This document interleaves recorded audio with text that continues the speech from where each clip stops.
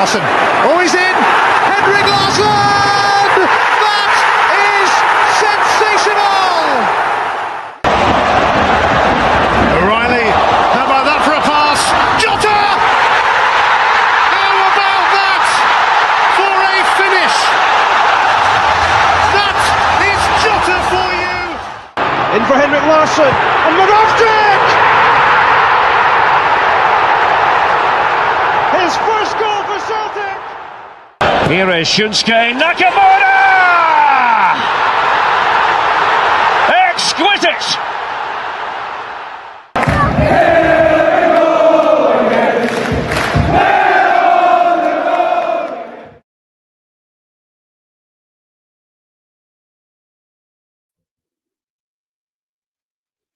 Well, good morning everyone and welcome to Celtic, the Unrestricted View. My name's Alan, I'm your host today, and joining me is Dan the Man. It's Mr. Miyagi's favourite student, Daniel's son. How we doing? How are we? Aye, good morning everybody. Hope we know everybody's well and thriving. Aye, not bad, mate. Good wee week there.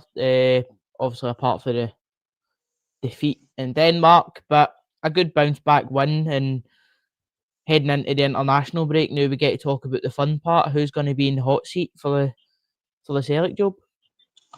Aye, no, you're spot on. Glad you're well. Hope everyone that's watching is very well. Obviously, we're here to talk about all things Celtic, so we'll batter on with that. But we're just looking at as well. We've not been on for the last kind of couple of podcasts, so just a wee recap on the weekend as well. The result 4-0 against Kilmarnock at home. With goals for Kenny, a screamer for Keelan Tierney. Late goal for Dyson Maida, and then the injury time penalty from Arne Engels. Obviously, it looked like a kind of routine win. I don't know how much Kilmarnock offered, in my opinion, but what was your thoughts on the game as a whole, Daniel? Yeah, I thought it was although we see these games as kind of a routine win sometimes, I thought it was a very professional performance for Celtic, especially off the back of a poor defeat, I'd say. It's a very, very, very important to win these games, and Killie at homes in recent seasons has been one of these ones. Tends to be a low scoring game. We get the odd match where we blow them out the water, but definitely the last few times they've been at Celtic Park, it's been a kind of a tight knit affair. But no, listen, brilliant. The goal for Kieran Tierney is sublime. That's what you're wanting. So it was a good win, and another big massive confidence boost for Arne Engels right at the end of the game.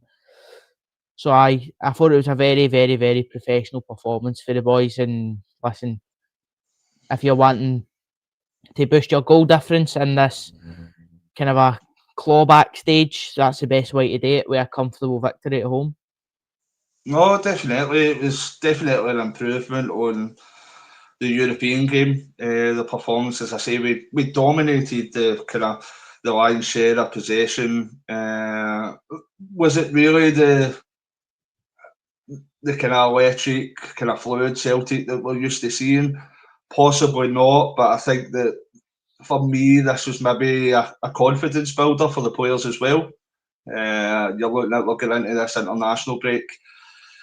Could maybe kind of just a few comments just now. Morning, troops. Hi, good morning. Ryan, morning, lads. Hope you're well. Whoever we get as manager, we need to support, but ideally we need to get one in soon, but they need to be the right man. We'll touch on that in a bit, obviously, when we're addressing who we think's kind of the best guy for the job in terms of the manager. Brown Warrior. Thought Engels added some much needed energy when he came on and lifted the game a bit. Yeah, definitely, I agree with that. But what we're touching upon, I think that's probably a confidence builder going into the international break. I think when you're looking at some of the performances and some of the results we've had, it's not been ideal. So hopefully this is we've been saying it for kind of number of weeks now, but hopefully this is the turning point. This is the point where we get that wee boost, we get that wee bit of confidence, as I said, and we can kick on for that, and hopefully we can kind of turn the tables on Hearts. But just say KT with a great goal. You touch on the first goal. He's been getting a lot of kind of criticism, and rightfully so, with Rio Hatate. I'm usually his biggest fan, but I think that it was definitely an improvement in his game, and that was kind of shown when he was named in the team of the week this week in Scotland. I think the tenacity that he showed to get to that ball for the assist on the first goal. I think that's definitely an improvement on his performance, but I think we could probably touch on a number of players in that team at the weekend, and they're showing a level probably better than they've shown in the last few weeks. I don't know if you agree with that, Daniel. Yeah, definitely. We're seeing, like Brown Warrior says there, we see that the reaction to the players, and obviously in Kieran Tierney's reaction to getting that goal, obviously it's an emotional moment for him, his first goal back at the club since re-signing, but also that element of the fact that these players have come under some well-deserved criticism, but it's a huge boost for them in the fact that we get a very, very poor defeat in Europe, and then we come back. It's very easy to slip into that kind of a slow, like uninterested kind of look, if you get what I mean, like, and just make it a routine win where it's like a 1-2 But no, the Celtic players kept going right until the last minute, as we've seen with the penalty, and that's what we're looking for. That's what we want. That's how you get back to being top of the pile. And it was also really, really important for us to win in such a margin and put out that kind of a statement of, obviously we've seen that Hearts drop points. So if they're going to start dropping off, we need to be right up behind them. And a win like that only further cements that we're getting ourselves together domestically. And I think that comes down to kind of the boost. The players have been talking about this boost, this energy, this aura that Martin O'Neill has brought in.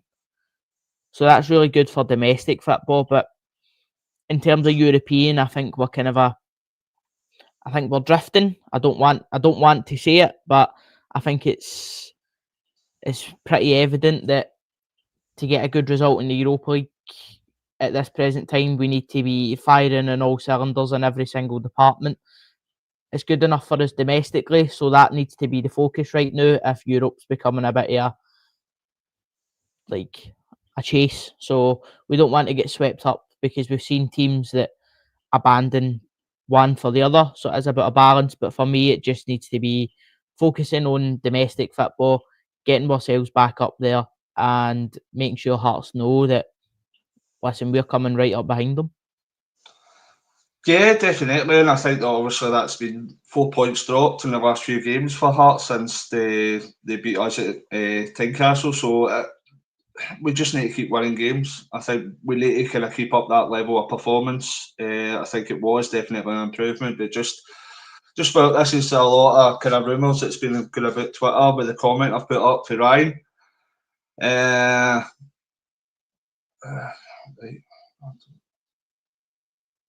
Patriotic Joe. It's just us two today, mate. So aye, we don't use, unless it's a phone in or anything. That's when we'd kind of bring viewers in. Aye, there's Ryan's comment. Andy Robertson, best season, lads. There's a topic next season. I think he's meaning there's a topic for discussion for me if that's possible. It's a no-brainer.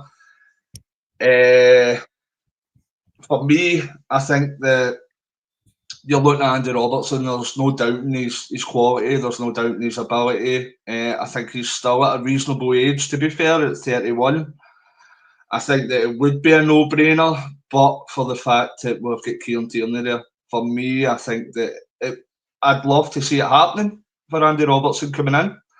But for me, I believe that we're paying probably a hefty wage for Kieran Tierney. and I think it'd be a similar sort of wage for Andy Robertson, nowhere near what he'd be on at Liverpool. But I can't really see the Celtic hierarchy bringing in two players at left back that are going to be top earners at the club. Just for me, that's the reason why I see it as a kind of a non-starter. Jesus, Ryan, if you're in the background, what can you deal with that, please? I don't know if we need to have a proper zoom in on that, Patriotic Joe. I don't know if our camera lens would be good enough for that. But on the Andy Robertson thing, what would be your thoughts on it?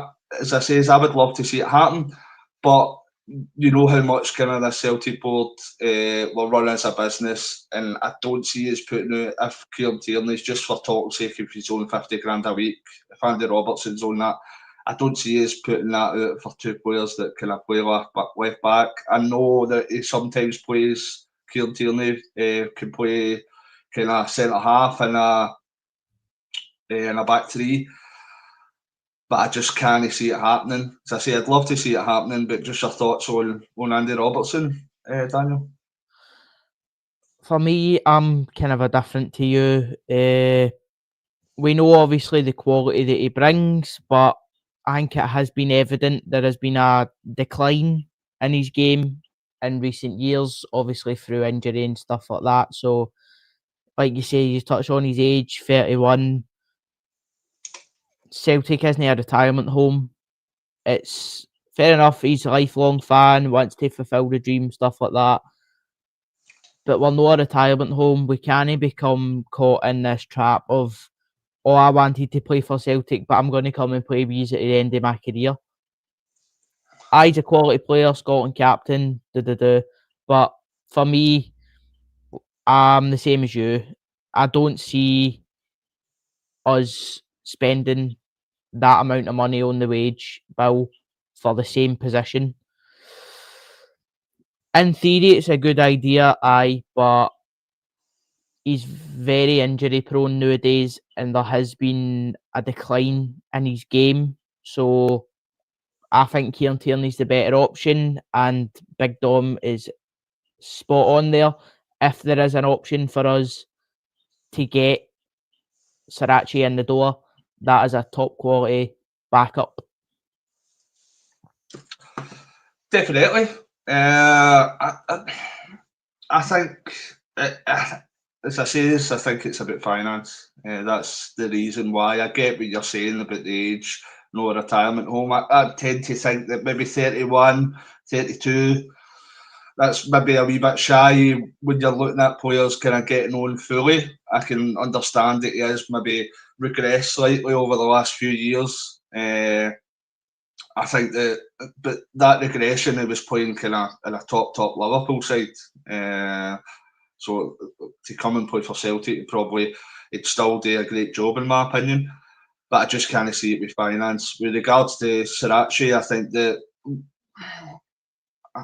I think that we'll probably get very, very lucky with Sriracha.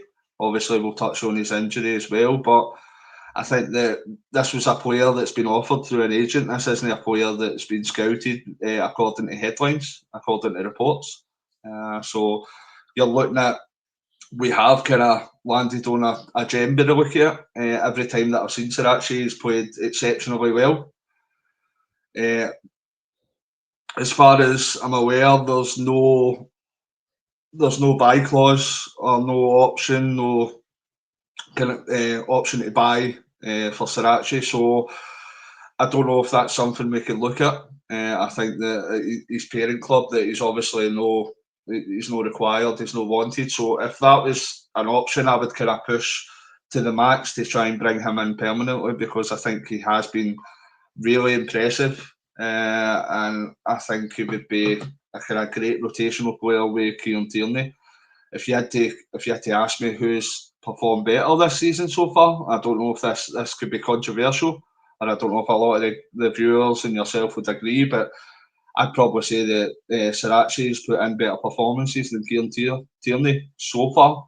I'm no doubting that Kieran Tierney's got the ability, but all the performances we've watched this year, I think Sriracha's been on a different level for Kieran Tierney. Hopefully Tierney kind of kicks on and improves with games and kind of fitness, matches, etc. So, but how important do you think Sriracha is? And obviously that injury at the weekend as well, where I don't know if there's been any news out of the kind of length, but you're looking at hamstrings usually kind of it's quite a few weeks at minimum anyway, so it could be quite a blow for the Celtic squad and the first 11.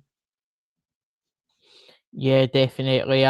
Me and Ryan kind of touched on Sriracha and Tierney in earlier podcasts, and we've kind of said the same thing as you. Like, every time Sriracha's came into the squad, he's brought like this energy, this hunger, this drive that at times has been missing in the team.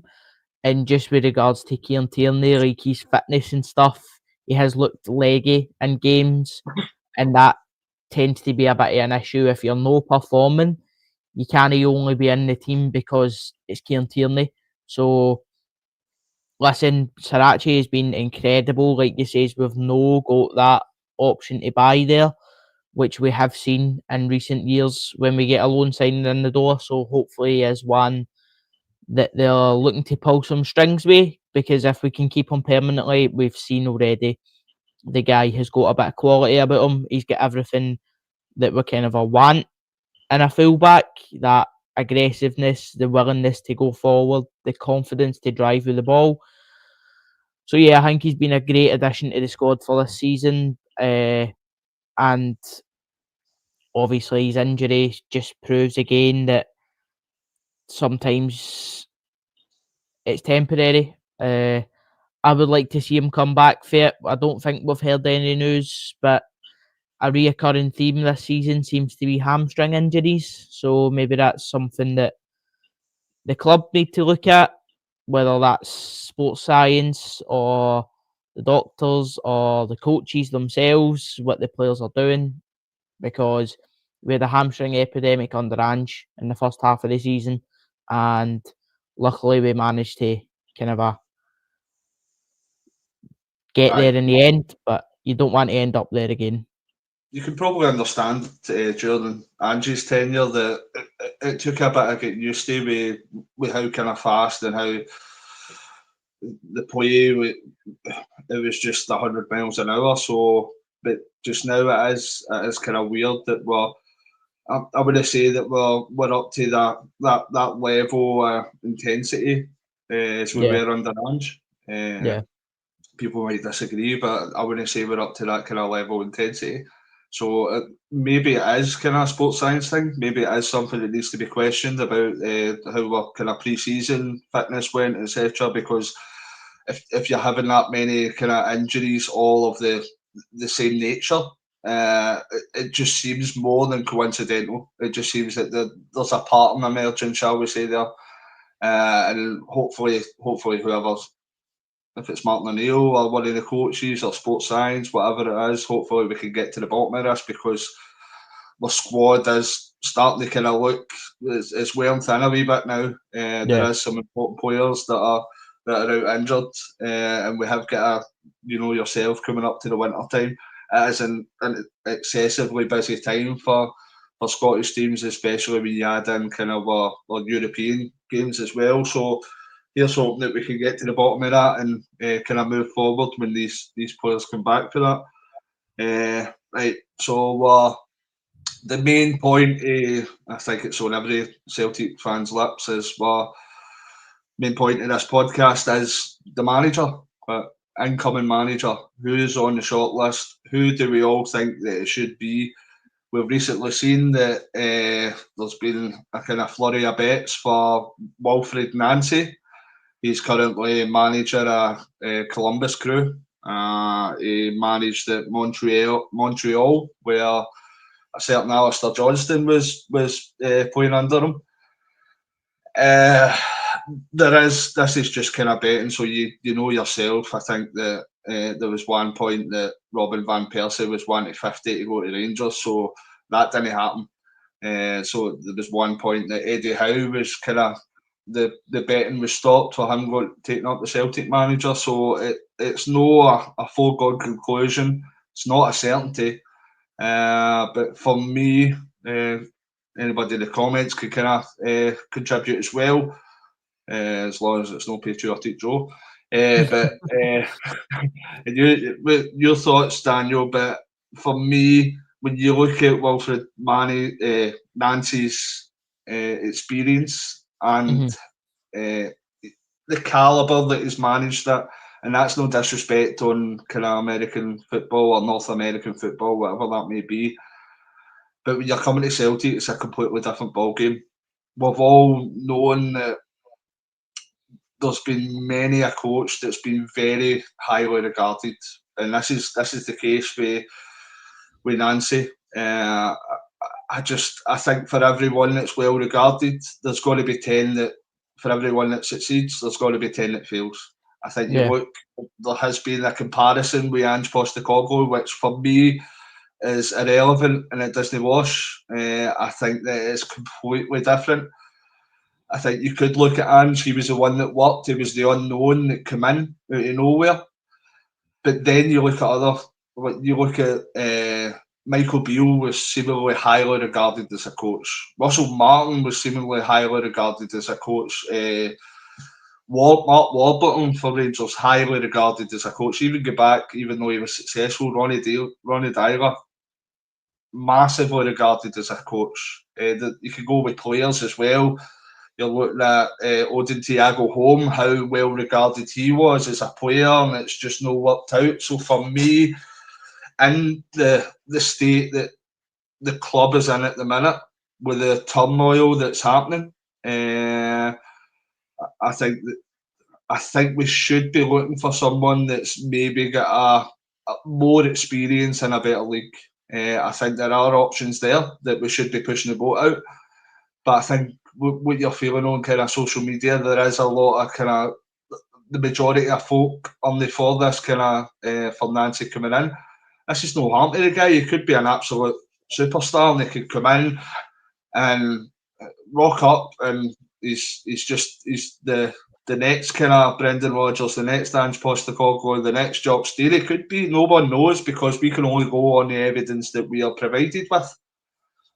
But that evidence for me just now, I don't know if you agree, but that evidence for me just now, it's not what we should be aiming to bring in. I think we should be aiming higher, and I think this gets back to a point that kind of always speak about, especially kind of Ryan, with standards at the club, and with the evidence that we've got just now, I don't think that standard matches. But saying that, if he comes in, I'm sure the whole Celtic support would be behind him, fully support him, and it could turn out to be good.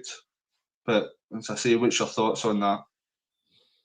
Yeah, definitely. When you see I don't think a lot of us watch the MLS. If I'm wrong, please feel free to fill me in. But yeah, I don't think a lot of us watch the MLS, so we don't know much. So it is genuinely just going off what we see on kind of a social media and stuff like that. And from what I've seen so far, it's a mixed review.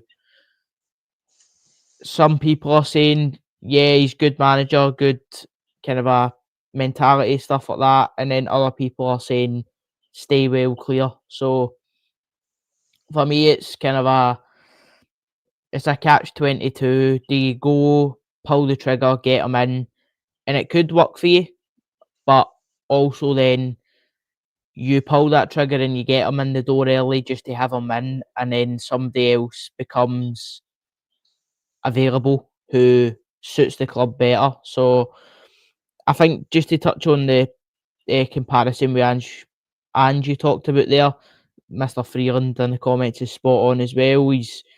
Ange carried a lot more kind of a reputation and history of success.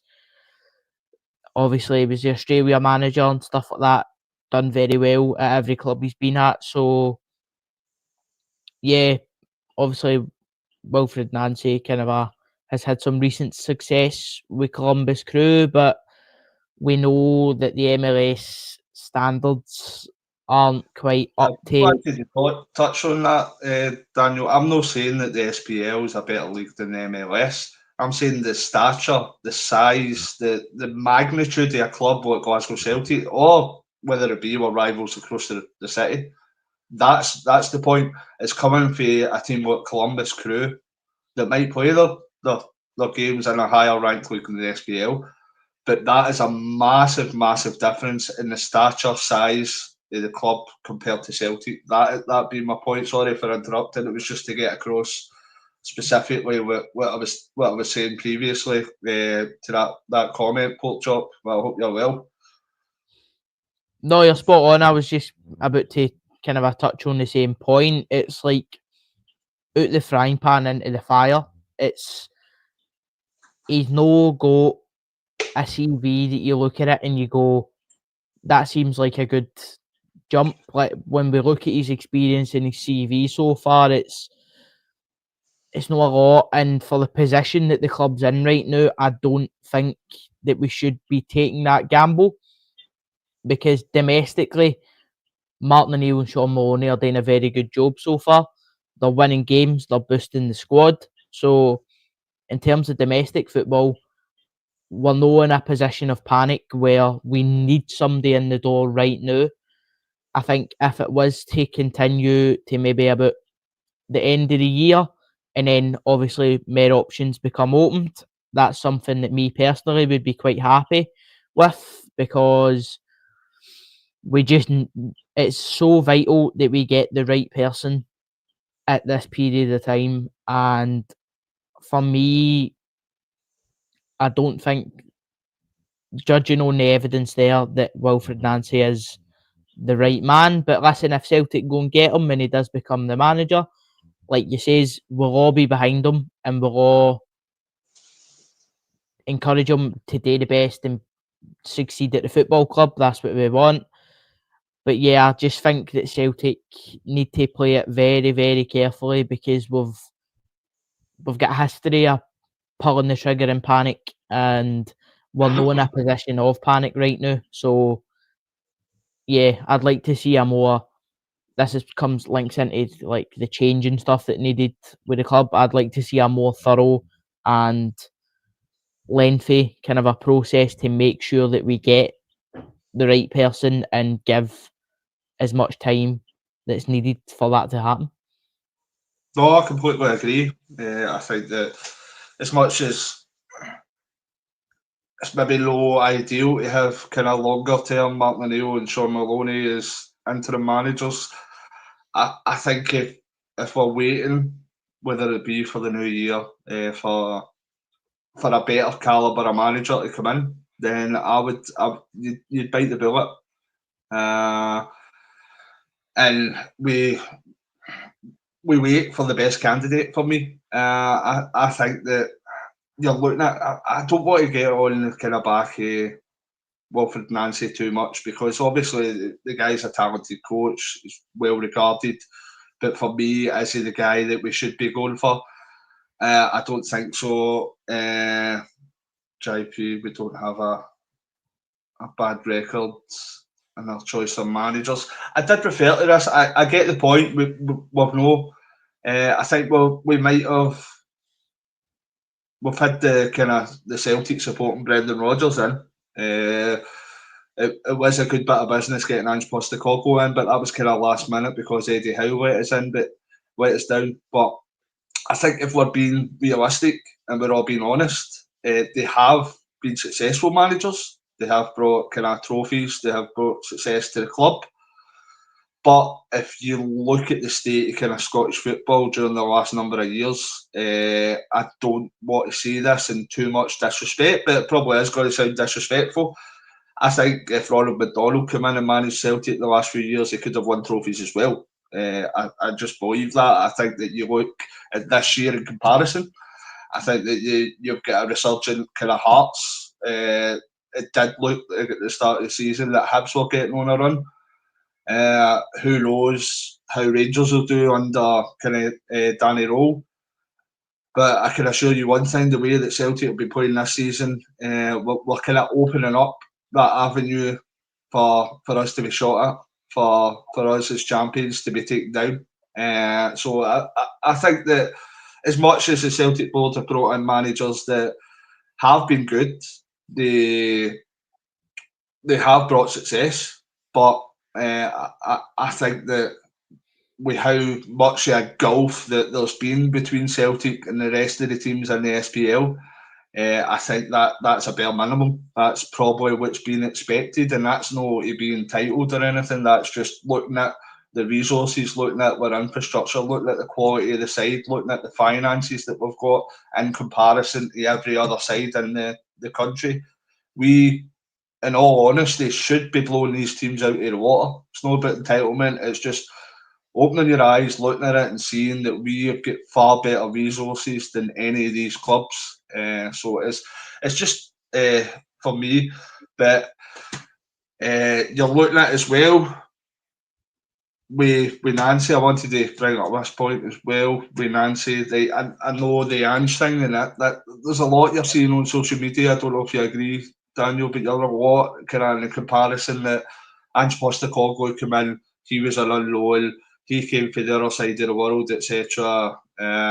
Nobody had heard of him. That's the comparisons that are being drawn. So for me, does it look, if Nancy does, if he comes in as manager, does it look like whoever's hiring the managers, the Celtic hierarchy, are looking to go for the unknown because it worked with Ange?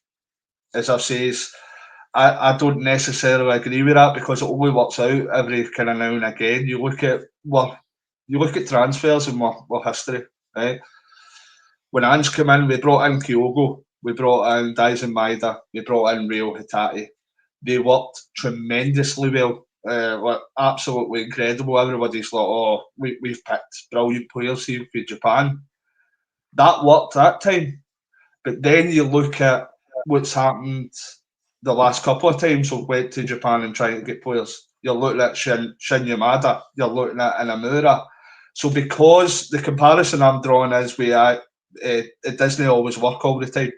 But we went to Japan the first time, it was a massive success to bring in these players. And then you look at the second time, and it's been, as far as we're aware just now, it's been a drastic failure.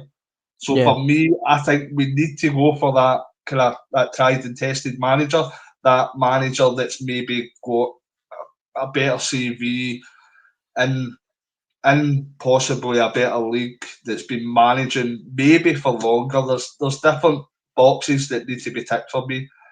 As you've said as well, we all support them, but just getting on, if you had a shortlist, and I'll give you mine in a minute, but if you had a shortlist, who would be your manager you'd be looking at to bring in, Daniel, as the next Celtic manager? Well, there's so many options out there now. Tapping my list right now, just going after success and watching them grow as a team and as a footballing identity. For me, top of that list is Knutson. Obviously, we'd love to see Ange Postecoglou come back in the door, but if that was going to happen, it would have happened by now. So I do not see us getting Ange Postecoglou back. Listen, if I'm proved wrong, happy days, we're back to amazing fun football, but I don't see it. If we can't get Knutson, obviously he's available at the end of the year. There is talks of Bodo looking to renew his contract, also him looking to see out their Champions League campaign. So if we can't get him, I would like to see also the Club Bruges manager. His name has went out my head now, but yeah, the Club Bruges manager. Listen, they came to Celtic Park. They played amazing football. I don't think anybody expected them to play that level of football, but they picked us apart, and then they go across the water a year later and they do the exact same thing and absolutely dismantle them. So yeah, that's my top two. Obviously, under that you do have Ange Postecoglou, but yeah, I don't think that Wilfried Nancy is the right option, just judging on what I've seen so far, because there's so many aspects to this that we need to think about, and we've just, whether you like him or hate him, whatever, we've just lost a top quality manager, Champions League experience, European experience. So this comes into kind of the ambition that we want to see. We want to go and see Celtic back that up and go from strength to strength in terms of their manager and try and work our way up every single time. And I don't, like you say, I don't want us to get caught in that trap of it worked one time, so let's just keep doing it until it doesn't. I'm not saying that's the case because, like JP says, we've had some very good success in terms of our management. I just meant in the club as a whole, the processes and recruitment has been brought into the spotlight. So they need to get this one absolutely spot on. And listen, if that's going to take until December, January to go and do that, I'm happy because I just want to see us progress in Europe more than anything. We know domestic football, we are the strongest. We know we can do it. We've done it for so many years now. I want to see us take that step in Europe because we know we can do it. Because we've done it last season. We know it can be done. So I would like a manager in that's got that kind of a European CV experience and can take us to that next level again. And listen, if it is Wilfried Nancy and he comes in and he does it, I'll hold my hands up. I'll support him no matter what. But yeah, just based on experience, I'd like to see somebody with a more impressive CV. Yeah, no, I definitely agree. I think we're making comments. We're just two guys that support Celtic in a podcast, right? But we're making comments on Wilfried Nancy, no to disrespect. We're making comments at Wilfried Nancy on the evidence that we've got available to us. Like as Daniel says, we don't watch Columbus Crew every week. So with the evidence that is available to us about Wilfried Nancy, it's massively underwhelming that we would be going for Wilfried Nancy as a manager for me. I think when you look at, we're going for the calibre of somebody, Brendan Rodgers, that's managed in the Premier League, that's managed in Europe, that's been massively successful with Celtic. It has won stuff with the likes of Leicester, nearly won the English Premier League with Liverpool. You're going for that calibre of Brendan Rodgers to the evidence we are seeing with Wilfried Nancy, and there's no one can tell me otherwise that you're looking at that comparison, and that's yin and yang. That it's Yeah. from here to there, and as I say, that someone has to start somewhere. If he's making his way a kind of bigger club, he could excel. He could do brilliantly well. But we're only commenting on the evidence that's available to us as Celtic fans at present. And for me, and I think for the high majority of kind of Celtic fans, it looks massively underwhelming to go for Brendan Rodgers to Wilfried Nancy. But for me, I agree with your shortlist there. And I've had the same kind of shortlist for when Brendan left. I think you look at that kind of betting list and you see, right, I take him. No. And for me, it was Ange and Knutson that was up there at the top. I think when you look at the football that we played under Ange, I know it looks like a kind of, it's improbable that we're going to be able to entice him back. But you look at the football, it's probably the most exciting football that I've in my lifetime I've seen at Celtic. I honestly believe he was the most entertaining manager we've seen at Celtic. We loved the kind of football, and because of that football and the success that he had at Celtic, he got to move to a kind of a massive club in the English Premier League like Tottenham. So when you look at Knutson, I think his success with a small team that they started off with, like Bodo Glimt, I think his success that he's had with them is unprecedented.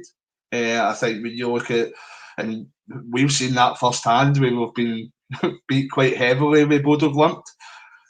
Sadly, we kind of need to bring that memory back up, but and you're looking at the kind of continued success that this guy's had with a kind of a small budget, a small team in Europe and domestically, and that continued success in European kind of competition.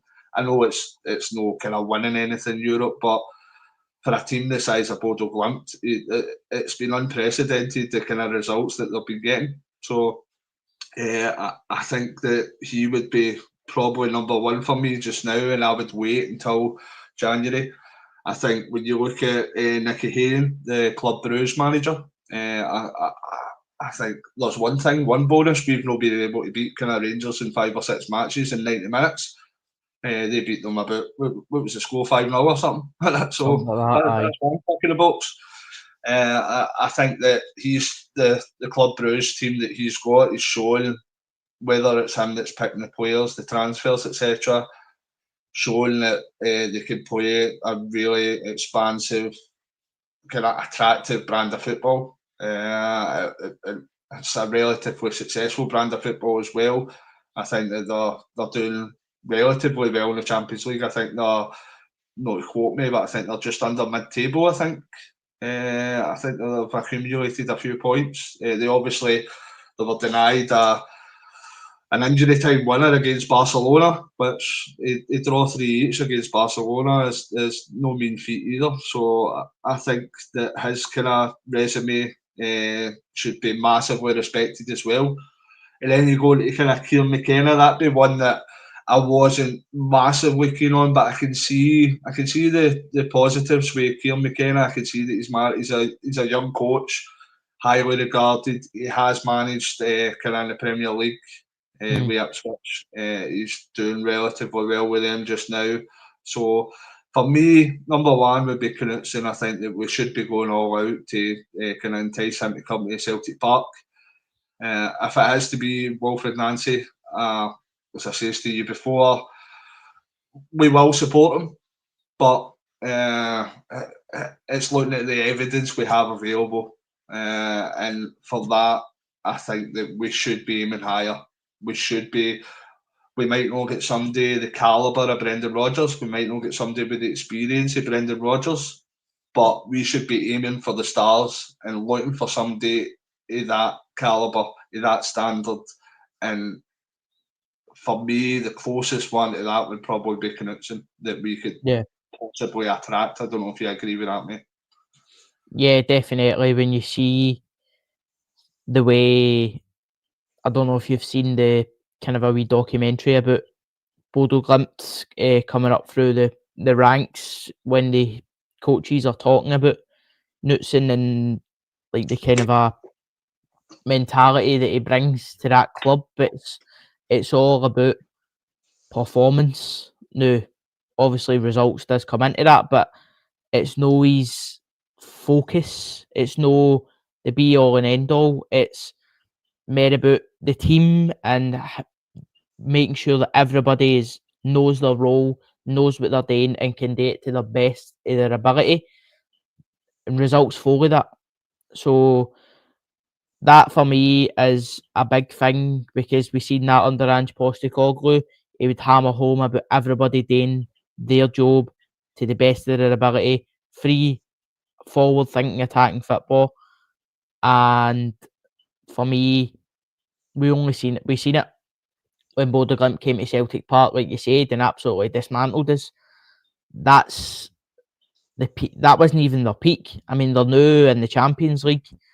I don't know how well they're doing, but they've managed to get themselves to what was it last season, a Europa League semi-final. So he's done very, very well.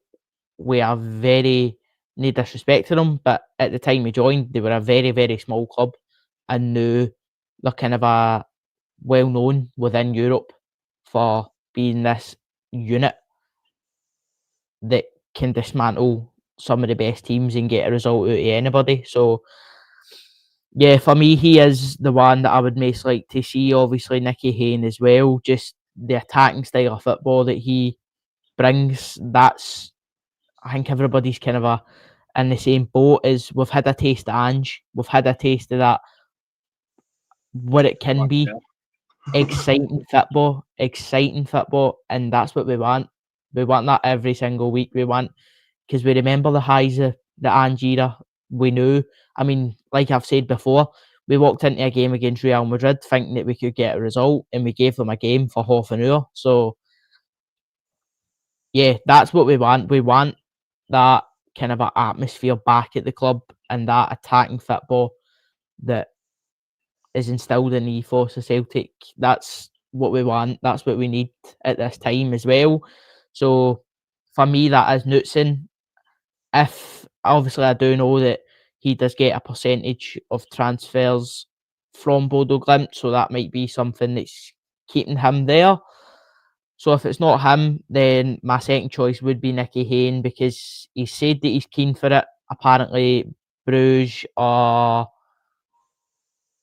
preparing a backup plan for if he is to depart the club. So, yeah, I think Celtic need to be on the ball and make sure that we're getting somebody in that follows that attacking mentality of let's go win by as many as possible and continue this kind of a idea of attacking football, because we all want to see it. So they two for me are the two guys.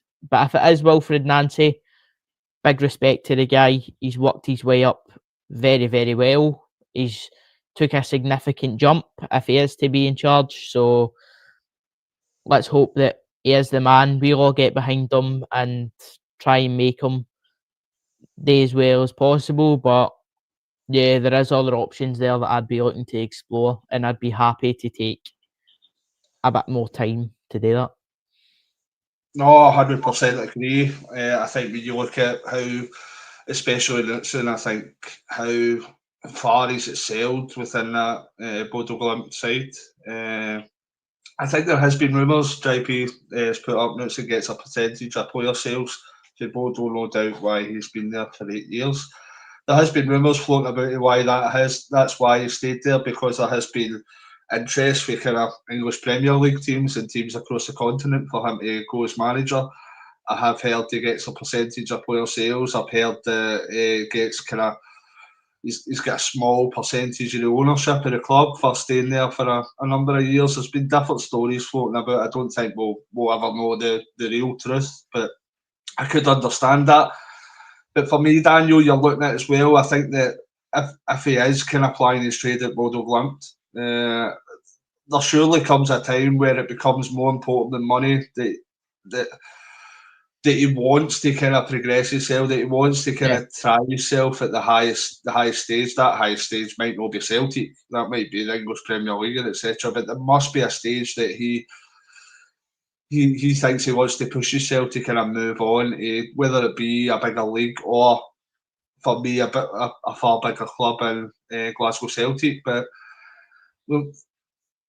for me, I just think that we need to go for somebody that is a higher standard, that is going to excite the Celtic fans. And all I'm seeing for Celtic fans just now, and like I'm feeling, is kind of really underwhelmed with the evidence we've got at hand for Wilfried Nancy. Yeah. And I say that's no disrespect to him whatsoever.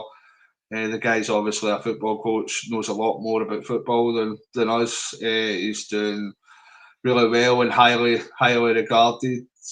But we'll put up another wee couple of comments. Anybody get any thoughts? Put them in before we finish up.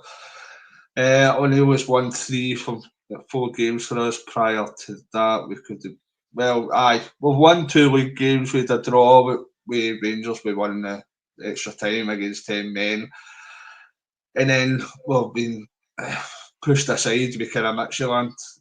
So if I had to give marks out of 10 for Martin O'Neill, I'd be giving a 6 or a 7 just now. I don't think I wouldn't be going over the top. I think that we have had that kind of new manager bounce for me. I think that you've seen the performances have improved slightly.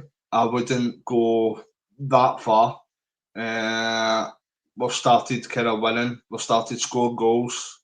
So I think that we should be giving Martin O'Neill credit for how long he's been out of the game, and he's come in within kind of a minute's notice and kind of held us together for such. But I think that we need to be looking at kind of it comes down to standards again for me. I think that we're looking at Martin O'Neill just now. That's the Martin O'Neill that was 20 years ago. That's been and gone. Football's changed, and I thank him and applaud him for coming in and kind of steadying the ship whilst we're looking for another manager. But for me, Martin O'Neill would be a backward step in my thoughts. What about you, Daniel? Yeah, definitely. He spoke publicly that he does not want the job permanently. I don't think a lot of Celtic fans want him in the job permanently. I think it is kind of just an effect of new manager bounce, and obviously the guys go to scoring goals again. He's brought a boost back into the team, and I think people kind of get swept up in the fact that, oh, it's Martin O'Neill, aye, we're back winning games, oh, that's him.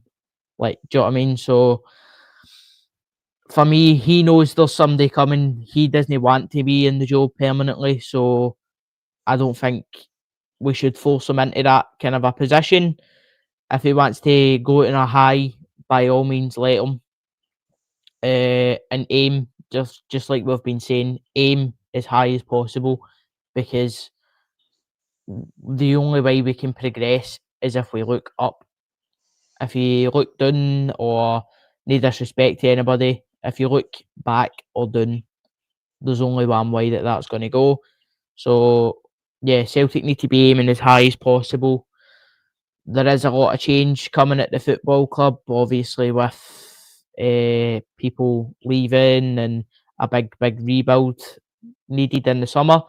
So yeah, a lot of factors come into play when searching for a new manager, but it's emphasised even more with current events at the club that we should be aiming as high as possible to progress and match the ambition that we've been supposedly having for a number of seasons now. Yeah, no, I definitely agree with it. I think that we need to kind of we need to aim for the stars. I think that's if we ask the question, they say no. What's the worst that can happen? They're going to say no. So you ask the question. I've seen some comments there. Obviously, we're referencing that we've scored goals against kind of was it Dundee and Kilmarnock, wasn't it? No, Falkirk. Who was it? Falkirk, Kilmarnock. And we have failed throughout this season, P. McLaughlin. We have failed to put in any performances. There's no doubt about that. There's no doubt about we've underperformed the whole season.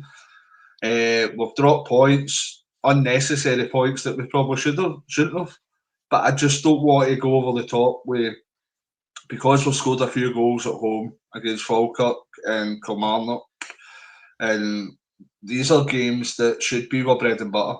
And that's no disrespect to Falkirk or Kilmarnock or any teams in the league, but these are games at home.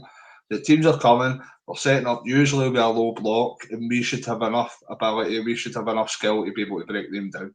Yeah, we've got far better resources than any of these teams, far better players, and that should be the bread and butter. We should be beating these teams. It's so happened that throughout our season that we've dropped points, we've underperformed massively. But for me, we can't say because we've beat Falkirk and Kilmarnock at home that means that this team's totally transformed. You just need to look back for during the week that how embarrassed we were to kind of get dismantled and be Midtjylland, and it was just a very, very poor performance. So for me, I think there is underlying issues. I think that if you top to bottom, you're looking at that's why there is this movement for change within the club, within the hierarchy, because we know that there's problems. We can't just sit here with green and white glasses on and look at the club just now and think that everything's all rosy, because it certainly isn't. Isn't rosy. You're looking at this and you can see that there is massive problems behind the scenes. And for me, we can bring in any manager. And I spoke to the boys about this last night, Ryan, and we can bring in any manager, but there's an underlying issue there. There's an underlying problem behind the scenes, and that's the reason for all these protests. That's the reason for this movement for change, because no matter who the manager comes in, if we are no going to kind of fully back any manager, then we're just back to square one again. So for me, I don't know if you agree. We'll finish up soon, Daniel. But I don't know if you agree. I think there's underlying issues and there's problems behind the scenes that needs to be changed, needs to be fixed, probably pretty soon. And no matter what manager comes in, there's still going to be the underlying issues. No, you're definitely spot on. Unless the background changes, then the outcome will still be the same.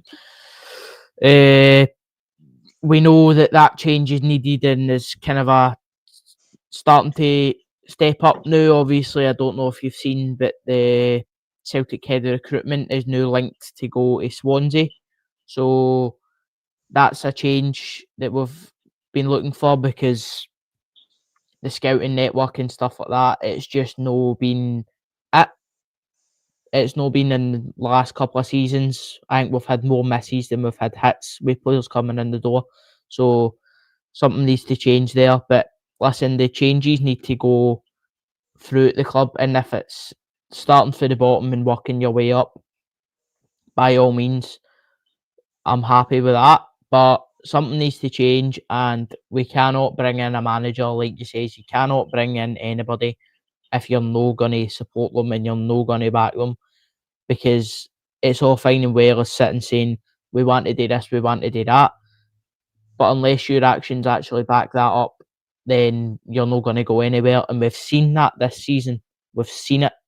This season is an example of that. We spoke so highly about progression in Europe, doing this, doing that, recruitment, taking the next step after such a successful European season last year. And then it nosedived off a cliff, because it's almost as if they've went, I'm happy with that. Let's stall it and see how it goes. Football doesn't work like that. You need to keep building and keep going every year. Active instead of reactive, I think, Daniel, that's Exactly, the point. mate. Exactly, spot on. Football isn't a game that you can build yourself up to a position and then stop, because everybody else behind you, if you're at the top, everybody else behind you is building and building and building and building to get to you. So you can't stall. You need to keep going, and it's come back to bite us this season. So big change is needed, and if we get the right man in the door, we can definitely do it. But we need to see an improvement on things like recruitment and stuff like that as well. So yeah, for me, anybody that takes that job, they'll get backed 100%.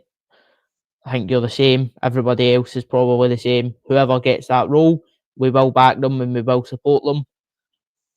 But we just don't want to see the same outcomes that we've seen for however many seasons now.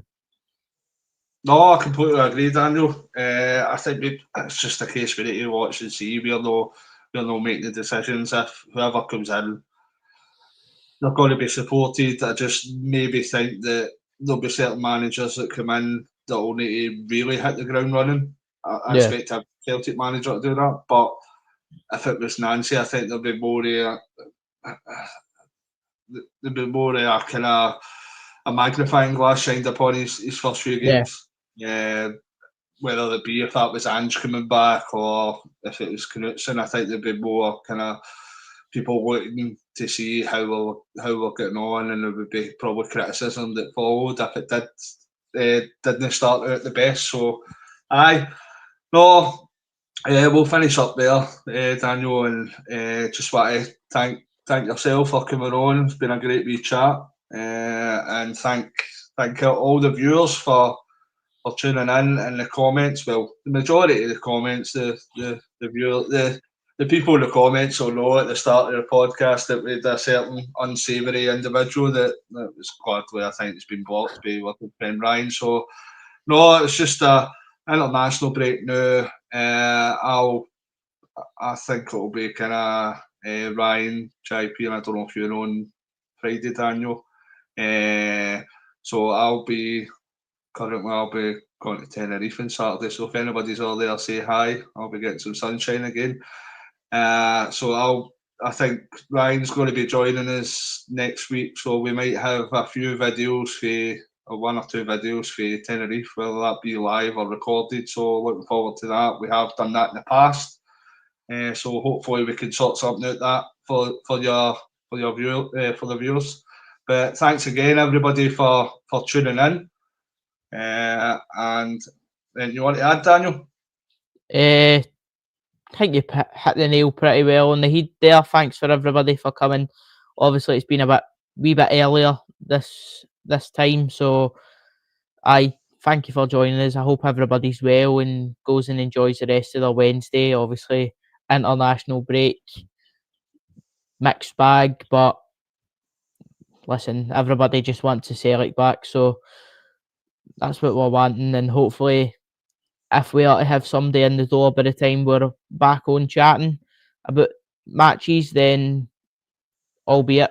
But no, listen, enjoy the rest of your day, guys. Thank you for tuning in, and thank you for all your comments and stuff like that as well. We try and get through them, but like you say there, some of them are a bit touch and go for some people, so we tend to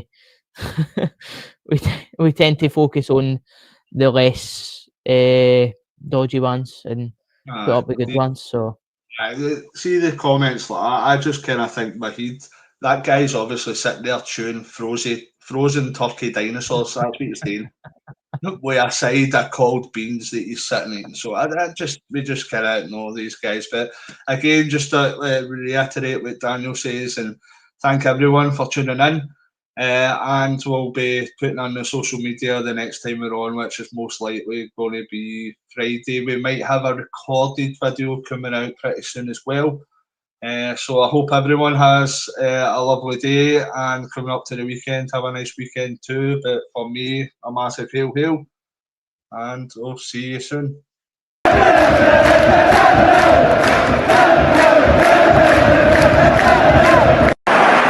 Sets up Larsson here. Larsson, oh, he's in! Henrik Larsson! That is sensational! O'Reilly, how about that for a pass? Jota! How about that for a finish? That is Jota for you! In for Henrik Larsson, and Moravcik! His first goal for Celtic! Here is Shunsuke Nakamura!